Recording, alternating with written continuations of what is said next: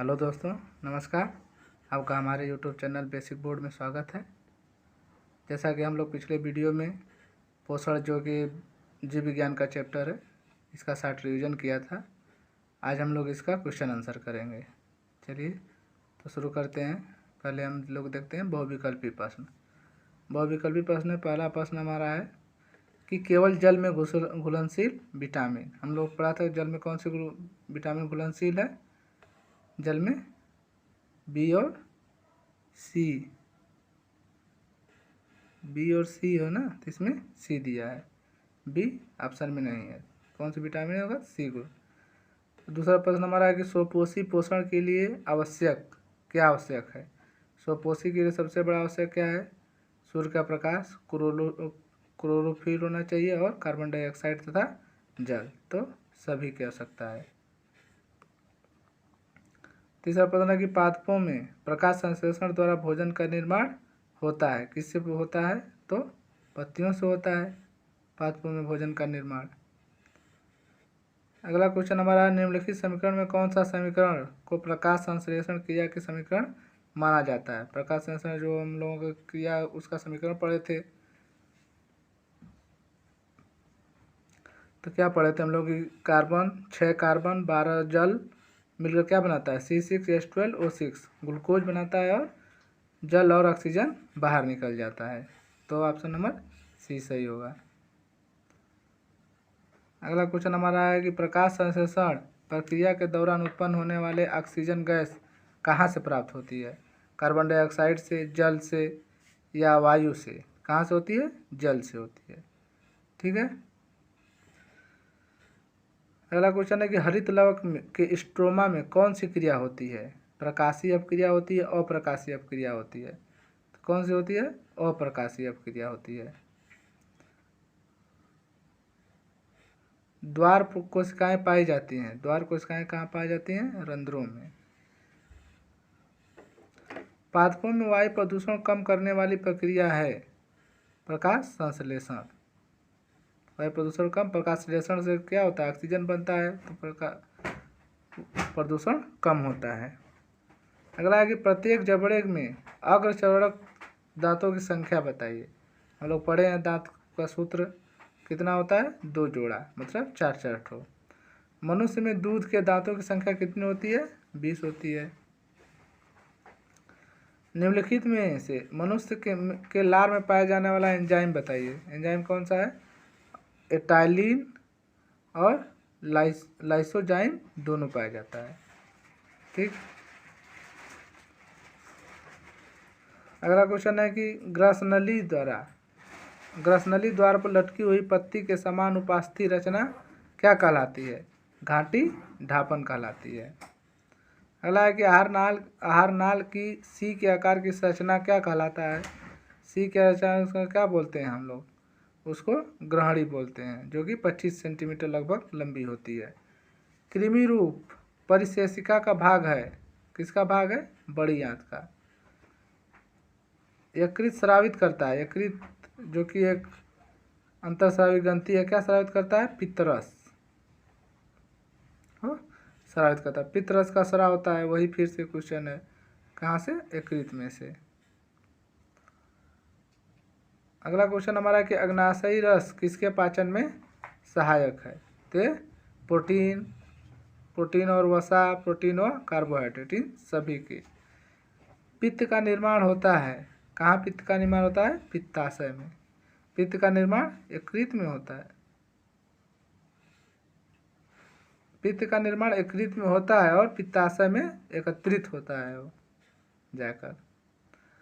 ग्लाइकोजोनेसिस किस क्रिया में बनता है? या ग्लाइकोजन की क्रिया में बनता है।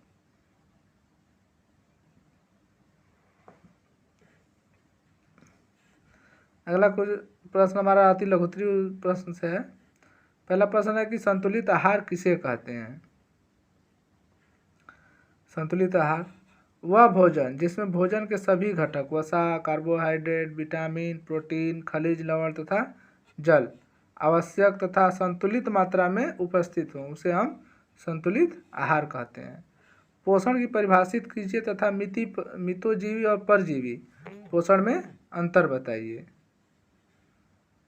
देखिए, जीवों द्वारा भोजन तथा अन्य पदार्थों के पाचन से पोषण तत्वों को प्राप्त करने की क्रिया को पोषण कहते हैं। मितुजीवी जीव मृत कार्बनिक पदार्थों के अपघटन से प्राप्त करते हैं। उदाहरण के लिए कुछ जीवाणु कवक, जबकि परजीवी बड़े पोषक पर आश्रित होते हैं, उन्हें निरंतर पोषण प्राप्त करते हैं, जैसे टिनिया, जोक, अमर बेल। अगला क्वेश्चन है कि स्वपोषी पोषण क्या है, उदाहरण देकर इसको संक्षेप में समझाइए। स्वपोषण क्या, पेड़ पौधे स्वपोषी होते हैं। स्वपोषण का शाब्दिक अर्थ स्वयं को पोषित करना है। जैसे हरे पादप कार्बन डाइऑक्साइड व जल से प्रकाश व पर्णहरिम की उपस्थिति में प्रकाश संश्लेषण क्रिया द्वारा अपने भोज्य पदार्थों का निर्माण स्वयं कर लेते हैं। इस प्रकार वे जीव जो अपने भोजन का निर्माण स्वयं करते हैं स्वपोषी कहलाते हैं तथा ऐसा पोषण स्वपोषी पोषण कहलाता है। पृथ्वी पर पाए जाने वाले अधिकांश पौधे स्वपोषी हैं। स्वपोषण के लिए आवश्यक परिस्थितियां जल, कार्बन डाइऑक्साइड, पर्णहरित व सूर्य के प्रकाश की उपस्थिति होती है और इसके उपोत्पाद ग्लूकोज व ऑक्सीजन होते हैं। जैसे C6CO2 प्लस 12H2O पर्णहरित सूर्य के प्रकाश में C6H12O6 plus 6H2O plus C6O2 का निर्माण करते हैं। जल और ऑक्सीजन बाहर निकलता है और ग्लूकोज बनता है। अगला क्वेश्चन हमारा प्रकाश संश्लेषण की परिभाषा लिखिए तथा इसकी रासायनिक अभिक्रिया की समीकरण दीजिए, जो कि एकदम पीछे हम लोग पढ़े हैं इसके। देखिए, प्रकाश संश्लेषण की परिभाषा देख लेते हैं। प्रकाश संश्लेषण वह जैव रासायनिक प्रक्रिया है जिसके द्वारा सरल अकार्बनिक यौगिकों जैसे कार्बन डाइऑक्साइड तथा जल को प्रकाशीय ऊर्जा तथा पर्णहरिम की उपस्थिति में कार्बोहाइड्रेट के रूप में बदल दिया जाता है। ये हमारा सूत्र है, अभी पीछे देखें हम लोग। इस क्रिया में ऑक्सीजन मुक्त होती है, जहां उत्पन्न कार्बोहाइड्रेट को पादपों में ऊर्जा की आवश्यकता अनुसार श्वसन में उपयोग कर लिया जाता है तथा शेष ग्लूकोज मंड के रूप में संचित होकर खाद्य भंडार का निर्माण करते हैं। रंध्र क्या है, इसकी उपयोगिता को स्पष्ट कीजिए। पादप की पत्तियां तथा अन्य कोमल वायवीय भागों को वाह त्वचा में छोटे छोटे छिद्र पाए जाते हैं, इन्हें रंध्र कहते हैं। प्रकाश संश्लेषण के लिए गैसों का आदान प्रदान इन्हीं रंध्रों द्वारा होता है। वयस्क मनुष्य के दंतक सूत्र लिखिए। वयस्क मनुष्य का दंतक सूत्र हम लोग पढ़े पिछले वीडियो में। इसमें क्या है कि किंतक होता है, 2 ठो ऊपर 2 ठो नीचे। रदनक होता है, 2 ठो, एक जोड़ी ऊपर 1 जोड़ी नीचे। और अग्र चौड़क होता है, 2 जोड़ी ऊपर 2 जोड़ी नीचे। और चौड़क होता है 3 जोड़ी ऊपर 3 जोड़ी नीचे। इस तरह हम दंतक सूत्र हो जाता है 21-23 बटा 21-23। ठीक, ये मनुष्य का दंतक सूत्र हो जाता है। दंत क्षरण से आप क्या समझते हैं, स्पष्ट कीजिए। दंत क्षरण में इनेमल व डेंटाइन का मृदुकरण होने लगता है। इसमें जीवाणुओं द्वारा शर्करा से अम्लों का निर्माण होता है, जिससे इनेमल का क्षरण होता है। यहाँ दांतों में फंसे भोजन के कणों पर जीवाणुओं के समूह चिपककर दंत प्लेक का निर्माण करते हैं। दांतों में ब्रश करने से या प्लेक अम्ल उत्पन्न होने से पहले ही हटा दिया जाता है। सूक्ष्म जीवों के मसूड़ों में पहुँचने के कारण सूजन व संक्रमण उत्पन्न हो जाते हैं। लार में कौन सा एंजाइम होता है, वह किसका पाचन करता है, या भोजन में लार की क्या भूमिका है, ये बताइए। लार में टाइलिन या एमाइलेज एंजाइम पाया जाता है। यह स्टार्च का आंशिक पाचन करता है। मनुष्य में 3 जोड़ी लार ग्रंथियां पाई जाती हैं। लार में उपस्थित टाइलिन नामक एंजाइम की उपस्थिति में मंड या स्टार्च मल्टोज शर्करा में बदल जाता है। कौन सा एंजाइम प्रोटीन पाचन में सहायक है। अमाशय से जठर रस में पेप्सिन, छोटी आंत के अग्नाशयी रस में ट्रिप्सिन, काइमोट्रिप्सिन तथा आंतरी रस में इरेप्सिन नामक एंजाइम मुख्यतः प्रोटीन पाचन में सहायक हैं। ये सब एंजाइम जितने हैं यहाँ सब क्या है, प्रोटीन के पाचन में सहायक हैं। देखिए एक तो चित्र बनाने के लिए पूछा है कि मानव पाचन तंत्र का स्वच्छ नामांकित चित्र बनाइए। तो एक फ्री हैंड चित्र हल्का सा बना देंगे ऐसे, और सब दिखा देंगे, मुंह दिखा देंगे, जिह्वा और ग्रास नली, श्वास नली, ग्रसनी, यकृत, पित्ताशय, छोटी आंत, बड़ी आंत, और जो अग्नाशय अमाशय है इस गुदानाल मलाशय तक दिखा देंगे। ठीक,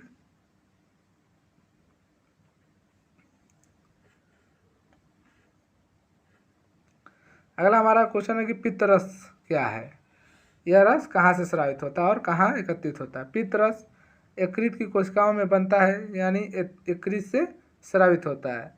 यह पित्ताशय नामक संरचना में संचित रहता है, जो कि यकृत के नीचे स्थित होती है। पित्त रस में पाचक एंजाइम उपस्थित नहीं होते हैं, किंतु यह वसा के पाचन में सहायक होता है। मानव शरीर की सबसे बड़ी ग्रंथि के नाम लिखिए, उसके कार्य का वर्णन कीजिए। मानव शरीर की सबसे बड़ी ग्रंथि कौन सी है? यकृत। इसके कार्य क्या है? इसके कार्य है कि पित्त रस का श्रवण करना है, हिपेरिन प्रतिस्कंदन कारक का श्रवण करना, यूरिया का संश्लेषण करना और ग्लाइकोजन का संचय करना। पाचन क्रिया भौतिक क्रिया अथवा रासायनिक क्रिया है। हम लोग पढ़े हैं पाचन क्रिया कैसी क्रिया है, भौतिक और रासायनिक दोनों।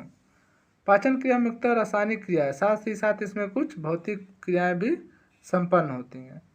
रासायनिक पाचन, इसके अंतर्गत पाचक ग्रंथियां द्वारा स्रावित रस के एंजाइम जटिल और अघुलनशील भोज्य पदार्थों को सरल घुलनशील इकाइयों में तोड़ देते हैं। यांत्रिक या भौतिक पाचन, इसमें भोजन को चबाना, आमाशय में भोजन का लुगदी बनना, आहार नाल में क्रमाकुंचन गति के कारण भोजन को आगे खिसकाना आदि सम्मिलित है। क्रमाकुंचन से आप क्या समझते हैं, या आहार नाल में होने वाली क्रमाकुंचन गति का क्या लाभ है? उत्तर देखिए इसका।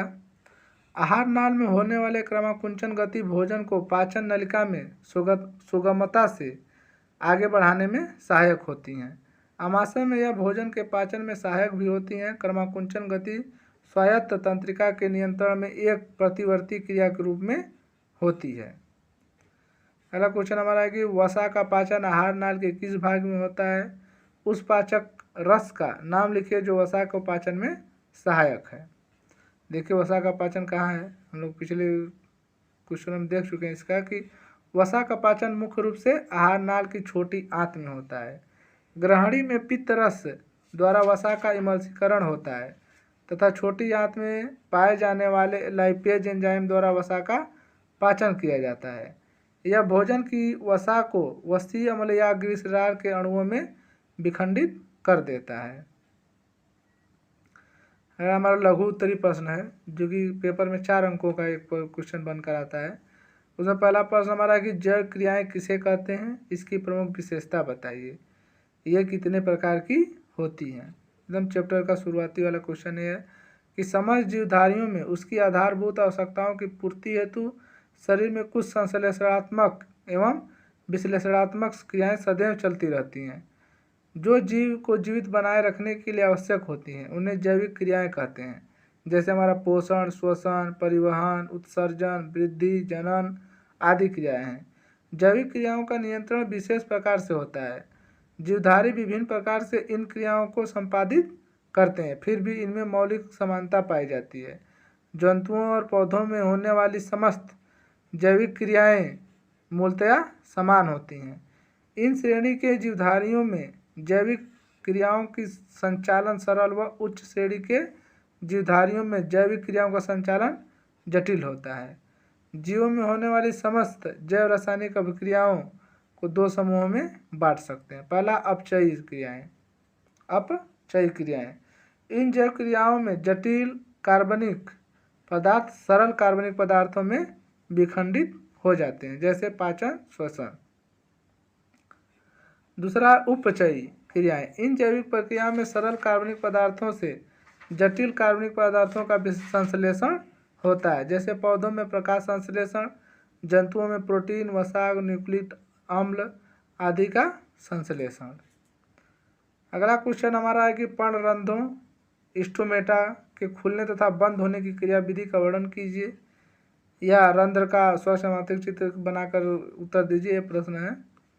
रंध्र की संरचना हम पढ़ते हैं। रंध्र मुख्य रूप से पत्तियों के वाह त्वचा पर पाए जाते हैं। प्रत्येक रंध्र में दो अर्धचंद्राकार सेम के बीच के आकार के द्वार कोशिकाएं तथा मध्य में एक रंध्रीय गुहा पाई जाती है। द्वार कोशिकाओं के बाहरी भित्ति पतली तथा आंतरिक भित्ति मोटी होती है। इसमें हरित लवक पाए जाते हैं। पर्णरंध्र के खुलने तथा बंद होने की क्रियाविधि। रंध्रीय गति रक्षक कोशिकाओं की अशून्यता पर निर्भर करती है।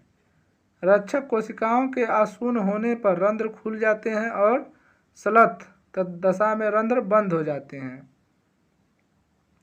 दिन के समय रक्षक कोशिकाओं में CO2 प्रकाश संश्लेषण की क्रिया में प्रयुक्त हो जाने के कारण इसका माध्यम क्षारीय हो जाता है। इससे फास्फोराइलेज एंजाइम की संक्रियण के कारण रक्षक कोशिकाओं में संचित स्टार्च ग्लूकोज में बदल जाता है।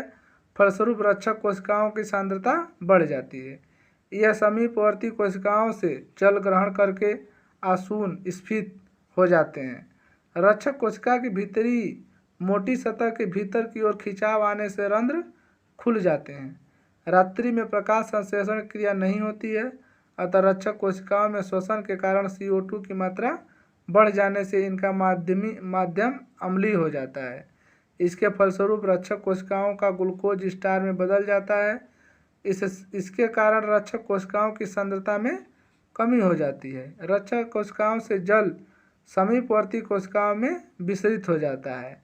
इसके परिणाम स्वरूप रक्षक कोशिकाएं स्लथ स्थिति में आ जाती हैं और रंध्र बंद हो जाते हैं। देखिए यहाँ चित्र बनाकर बताया है। ये हरित लवक का दो चित्र है, प्रकाश संश्लेषण दिन में और रात में। पहला थोड़ा सा बंद हो रहा है, इसमें खुल जा रहा है। पादपों रंध्र की उपयोगिता क्या है? वाष्पोत्सर्जन के लिए, प्रकाश संश्लेषण व श्वसन क्रिया में सहायक है। मनुष्य की लार ग्रंथियों के नाम लिखिए। ये कहाँ स्थित होती हैं और कहाँ खुलती हैं?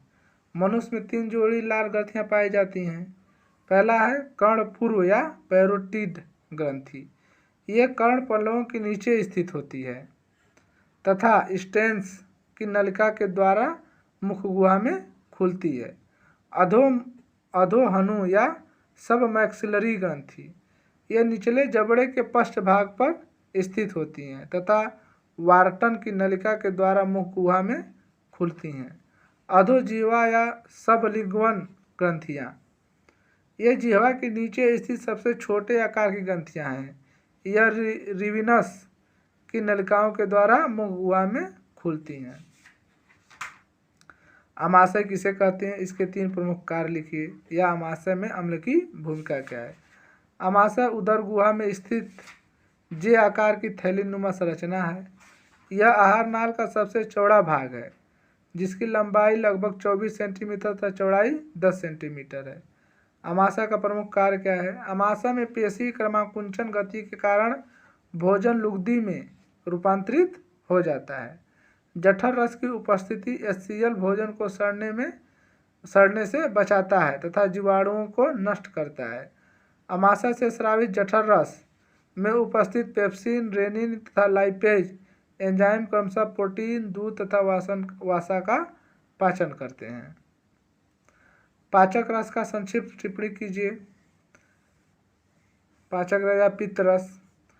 पाचक रस भोजन के पाचन में महत्वपूर्ण भूमिका निभाते हैं। पाचक रस निम्न प्रकार के होते हैं। पहला हुआ लार हुआ, यह भोजन को निगलने में सहायक होता है तथा कार्बोहाइड्रेट को पचाने में भी भाग लेता है। लार में उपस्थित टाइलिन नामक एंजाइम मंड को शर्करा में बदल देता है। दूसरा हमारा जठर रस है, जो कि अमाशय से निकलता है।